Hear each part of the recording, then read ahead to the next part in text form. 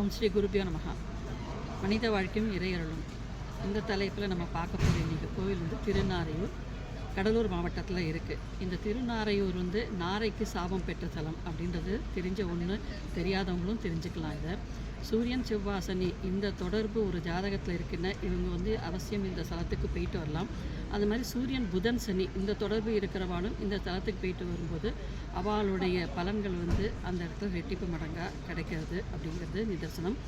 இந்த ஸ்தலத்தில் வந்து நாரைன்றது வந்து ஒரு கந்தர்வன் வந்து வானத்தில் வந்து அவர் இதில் தங்குறதுல பெயிண்ட் இருக்கும்போது பழம் சாப்பிட்டுட்டு அந்த பழத்தோட கொட்டையை வந்து மேலேருந்து கீழே போட்டிருக்கார். கீழே வந்து துர்வாச முனிவர் வந்து ஜபத்தில் இருந்துட்டு இருக்கும்போது அவர் தலைமையில் வந்து விழுந்ததுனால அந்த எச்சல் கொட்டை வந்து விழுந்து இவனுடைய அலட்சியத்தினால பண்ணதுன்னு சொல்லி கந்தர்வனுக்கு சாபம் கொடுக்குறார் துர்வாச முனிவர்.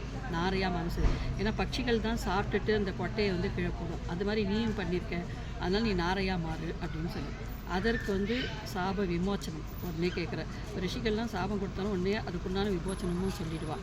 அவர் வந்து அந்த இடத்துல இருக்கக்கூடிய சிவனை வந்து கங்கை நீரால் அபிஷேகம் பண்ணினா உனக்கு வந்து சாப விமோச்சனம் கிடைக்குங்க. சரி, இந்த நாரை வந்து கங்கையில் போயிட்டு தீர்த்தம் எடுத்துன்னு வந்து தினமும் அந்த சிவனுக்கு அபிஷேகம் பண்ணிகிட்டே இருப்பான். ஒரு நாளைக்கு வந்து சுவாமி வந்து இவனை சோதிக்கணுங்கிறதுக்காக கடும் புயல் இந்த மாதிரிலாம் காற்று அது அடிக்கும்போது இந்த நாரையால் ட்ராவல் பண்ண முடியல. அந்த வாயில் தான் அந்த நீரை வந்து எடுத்துகிட்டு வந்திருக்கு. அதோடைய ரெக்கையெல்லாம் வந்து பிரிஞ்சு கீழே உடஞ்சி விழுந்துடுது. ஆனால் அந்த நாரை வந்து அந்த வாயிலேருந்து எடுத்துகிட்டு வந்த அந்த கங்கை நீர் வந்து சிந்திட்டு அந்த ரெக்கை விழுந்தது இல்லையா, அந்த இடம் தான் வந்து சிறக விழுந்த நல்லூர்னு பேர் இன்றைக்கும் இருக்குது அந்த இடம். அந்த வாயாலே அதோடையே கொண்டு வந்து அந்த சிவபெருமானுக்கு அன்றைக்கி அதை அபிஷேகம் பண்ணி பூஜை பண்ணிடும். அன்றைக்கி வந்து சுவாமி வந்து அந்த நாரைக்கு சாப விமோச்சனம் கொடுத்தா திருப்பி கந்தர்வன் வந்து பழைய தேவதத்தனாக வந்து மாறிடு மேலே போனான் அப்படின்றது ஒரு கதை இருக்குது. இந்த இடத்துல இருக்கக்கூடிய பொல்லா பிள்ளையார், இந்த பொல்லா பிள்ளையாருக்கு தான் வந்து நம்பியாண்டார் நம்பி வந்து அப்பா நைவேத்தியம் பண்ணும்போது சாமிகிட்ட இருப்பேன். இவர் வந்து உட்காந்து சாமிக்கு அர்ச்சனை பண்ணி யாருக்கு இந்த பொல்லா பிள்ளையாருக்கு நீ வந்து இந்த நைவேத்தியத்தை எடுத்துக்கோன்னு சொல்லும்போது இந்த பொல்லா பிள்ளையார் சாப்பிட்டாராம். அவர் மூலமாக இந்த ஏடுகள்லாம் வந்து சிதம்பரத்தில் இருக்குது அப்படின்னு கனக சபையில் சிதம்பரத்தில் இருக்குதுன்னு எடுத்து கொடுத்த நம்பியாண்டார் நம்பி மூலமாக ராஜராஜ சோழனுக்கு எடுத்து கொடுத்தது தான் இந்த பொல்லா பிள்ளையார். இவர்கிட்ட பிரார்த்தனை பண்ணும்போது படிக்காத குழந்தைகள்லாம் நன்னா படிக்கும் அப்படிங்கிறது இன்றைக்கும் சிறப்பான ஒன்று. இவர் சுயம்பு விநாயகர், அதாவது உளியால் செதுக்கப்படாத பிள்ளையார் அப்படிங்கிறது ஒரு அர்த்தம் இருக்குது.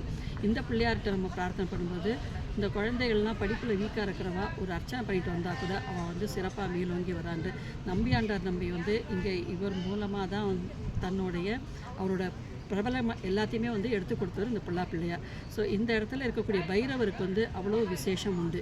இங்கே அதாவது நம்ம சிவனை சுற்றி வரும்போது சண்டிகேஸ்வர் 2 பேர் இங்கே என்னென்ன, இங்கே வந்து சுயம்பிரகாசநாதன், இவ வந்து சுயம்பு வந்தவர் ஒன்று, அப்புறம் வந்து சுந்தரேஸ்வரன் ஒரு இது இருக்க சாமி, அங்கேயும் வந்து ஒரு பைரவர் இருக்கார்.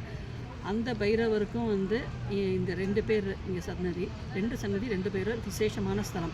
இந்த ஸ்தலத்துக்கு நீங்கள் போயிட்டு வரும்போது உங்களுக்கு தீர்க்க முடியாத பல பிரச்சனைகள் வந்து தீரக்கூடியது அப்படிங்கிறது இன்றைக்கும் நடக்கக்கூடிய நிதர்சனமான உண்மை. ஒரு தடவை நீங்கள் போயிட்டு இந்த புன்னை மரத்தையும் தரிசனம் பண்ணிவிட்டு அங்கே இருக்க சுவாமிக்கு ஒரு அர்ச்சனை பண்ணிவிட்டு வாங்க, நிச்சயமாக வாழ்க்கையில் பல முன்னேற்றங்கள் வந்து நீங்கள் எதிர்பார்க்கலாம்.